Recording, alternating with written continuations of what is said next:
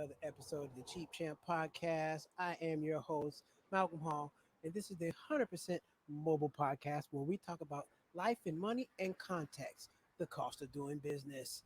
And today, it is just me, no guests today, and we are in sunny California, and I got my tank top on. And you can see I've been in the gym working. Today's topic is, do you love what you do? I was actually asked this by one of my clients. I got a client. Hey, business is booming, kind of. But I got a client. He asked me, "Hey, do you love what you do?" We were having this whole conversation about it, and the question is, do you love what you do? Because if you don't, you may be not likely to do it long term. It may not be sustainable. You may not want to do it forever. So it's like, are you passionate about your business or whatever you're pursuing? Preferably business, because that's something that takes most of your time. Most of your time is spent at work. You spend 40 hours a week at work, you get 2 days off, and then you go right back. And a lot of people don't like their job. So it's like, do you love what you do? Or are you trying to find what you love doing? Before we get into all that, if you have questions about financial literacy, go to www.stressmoneyless.com. And we want to thank our sponsors, Cheap Not Broke. Go to cheapnotbroke.com and grab a t-shirt. It's hot outside. All sizes, small through 2X. Back to what we're talking about.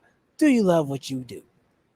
So sometimes you get frustrated with what you do. That's a part of it. Now, you can't just sit there and be like, oh man, this is getting hard. I don't like it no more. That's a part of everything. Everything's going to bring you some sort of frustration.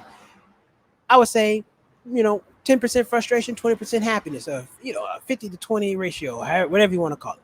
It should be a good even ratio to doing what you love and happiness and making money and sustainability. Because a lot of times, you might find yourself doing something, you might be good at it, but you might not love it. A lot of people go become doctors, lawyers, and all these different things, all these professions, and you don't love them, but it's easy to become these things. Not saying it's easy, but the path is laid out. You know what classes you got to take. You know what courses you need to take, classes you need to take. They provide a syllabus. You know what schools you need to go to. Everything's kind of laid out for you. Now, will you obtain these goals? That's up in the air. But the path that's needed to be followed is laid out. The path to become an entrepreneur and a business owner, you got to figure that out. You can see other people who've done it. You can see McDonald's, but McDonald's doesn't necessarily have the same strategy and the same method of ways to work as Five Guys and Shake Shack. McDonald's was starting in 1960. Some burger spots start in 2010. Today, Chipotle. I don't really think it's Mexican food, but it tastes good, and they figured out a strategy. But if these people didn't love what they did, I don't think the companies get this big. I think they sell off and they get out of there because you got to really be passionate about what you're doing. It's going to give you some trials and tribulations. That's just the way it goes. It's going to like my business, man. You know how many times my account has been in the red and I had to take my own personal money and pay for it. But bills still got to be paid. And I like helping clients. I really like helping people out. So I still do it anyway. This podcast, I don't miss a week. Don't matter where I'm at. I still find a means to record.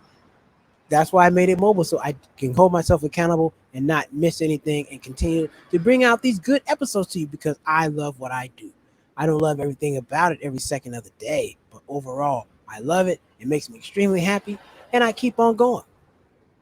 That love, that passion is that things that there's something I was reading some recently was asking, is there something as unconditional love? I don't think there's unconditional love between two people, two adults. No, there's always conditional love. I think there's unconditional love between parents and small children. As you get older, there's more things expected of you, so you can't just show up and not do what you want to do. You got to have good grades. You got to take a bath, wash yourself. You got to be respectful. There's expectations of you. Will they not love you at all? No, they're going to love you less. But there are some things you can do where people won't love you at all. So is there unconditional love between people? In my opinion, no. But amongst the business, between things, yeah, because that thing doesn't have to love you back. You can have unconditional love towards your business and what you do because it doesn't love you back. That's real. You can't give your business not gonna give you a hug, it's just gonna produce some money. So unconditional love is a one-way street. You have to have unconditional love for something because you may not get it back in return. And I think that's why unconditional love is hard to exist between two people because that other person may not love you unconditionally back, and there's nothing you can do about it. That doesn't mean you don't love them unconditionally; they don't love you unconditionally, and that's what it is. But the unconditional love before your business and what you're doing, that passion for anything, do you have it? Between the hot days, the cold days, when it's sweaty, when stuff breaks down, when you don't have no money, whenever people are doing better than you, do you still love what you do? Are you still getting the results? That's unconditional love. When you're going through the ringer and you still like it. When you bake and you burn stuff up and you try it again until you get it right, that's unconditional love. Conditional love, the repetition of trying to get new results over and over and over with the same or different process. I think that's unconditional love. Practice. You have to love practice more than the game. You gotta love practice more than the game. If you don't, then what? You're gonna have a problem on your hands. You're not gonna be the greatest because you're gonna spend more time practicing than you are in the actual game. Everybody, think about it. How many games are there in the NBA season? 82. How many days of practice there are there? Well over 200 days of practice. Because you got to practice in the off season. You got to practice during the season. You got to practice when there's no game. You got to practice all the time. You got to continuously practice. You got to practice by yourself. You got to practice with the team. You got to practice in your group position. It's a lot of practice.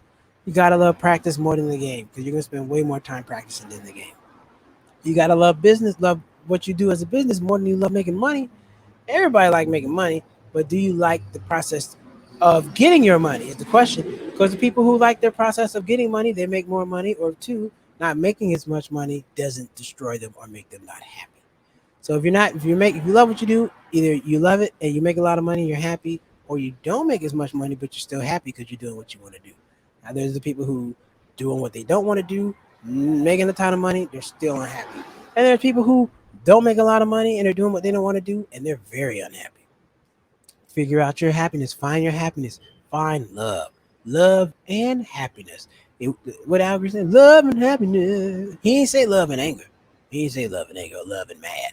Love and happiness. You want to love what you do and be happy about it, especially your business or anything passionate. You got to find some passion.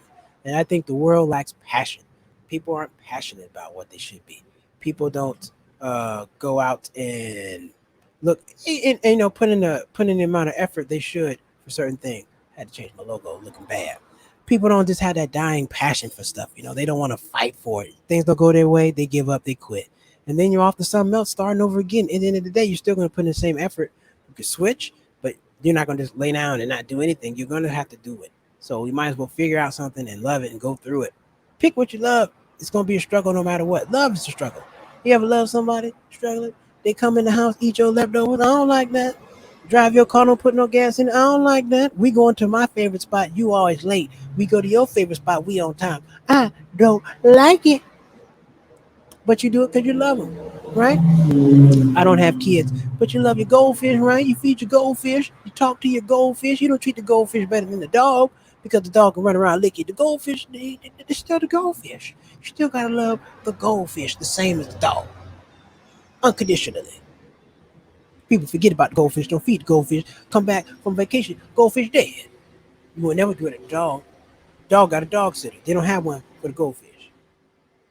So that's all I'm saying. Love what you do. Love it with a passion. Love it. Love it. Love what you do. Making sure it sounds good. I thought my sound was a little off, but we good. Love what you had that passion for. Had that dying, unburning passion what you do. Love, love, love. Even if it's not making you money, still love it. It's gonna bring you some money at some point. Now, depending on what it is, I don't know. You might love doing something that don't pay that much. Well, that's you picked it, so you got to love that part of it. But they just turned on all that other stuff. I'm gonna go ahead and wrap it up. Thank you for listening to another episode of Cheap Champ Podcast. Ask yourself, do you love it? Do you love it? Do you love me? Oh, when I get on here, sometimes I feel like I'm in a studio. I look at myself, I'm like I'm in a studio. That's to sing a song, but I'm not gonna do that. I'm gonna save that for an album. Once again, please, if you have any, oh man, dang it. Once again, if you have any questions about financial literacy or anything of that nature, please go to the Cheap Champ. Please go to www.stressmoneyless.com or go to the Cheap Champ. Go to cheapnotbroke.com. The police were walking by. That's why I'm looking like that. It's all police. So, www.stressmoneyless.com. Financial literacy. You have workshops, webinars. Go over there right now. They got good tips, and you can go to the YouTube page and get some information as well. I gotta stop hitting that mic. put my hands down. And then if you want to go check out a sponsor, www.cheapnotbroke.com, travel guides, how to eat healthy, how to shop responsibly, and just how to live a cheap lifestyle. It's more than cheap, it's a lifestyle. Thank you for tuning in. I've been your host, Malcolm Hall. Next time, we're going to go at it. We're getting a little loud, but next week I'll have a new guest. Thank you and take care.